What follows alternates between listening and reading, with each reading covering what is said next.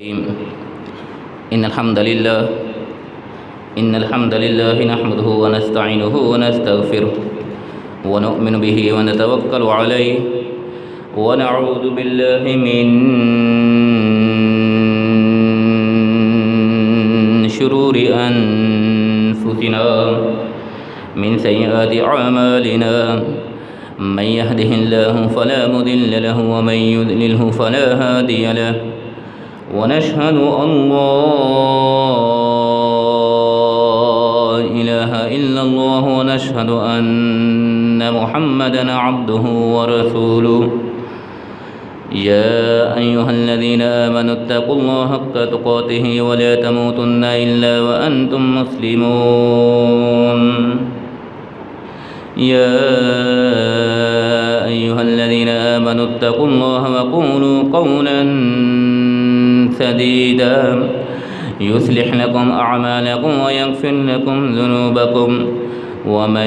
يطع الله ورسوله فقد فاز فوزا عظيما اللهم صل على محمد وعلى آل محمد كما صليت على إبراهيم وعلى آل إبراهيم إنك حميد مجيد اللهم بارك على محمد وعلى آل محمد كما باركت على إبراهيم وعلى آل إبراهيم إنك حميد مجيد رب اشرح لي صدري ويسر لي أمري واحلل عقدة من لساني يفقه قولي اللهم رب زدنا علما رب زدنا علما رب زدنا علما أما بعد فإن خير الحديث كتاب الله فإن خير الهدي هدي محمد صلى الله عليه وسلم وشر الأمور محدثاتها وكل محدثة بدعة وكل بدعة ضلالة وكل ضلالة في النار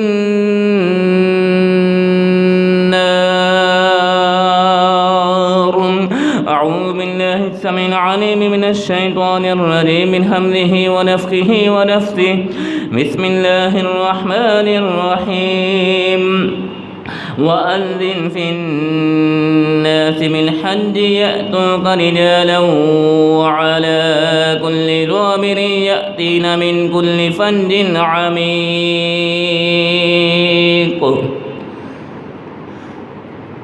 صدق الله العظيم وصدق رسوله النبي الكريم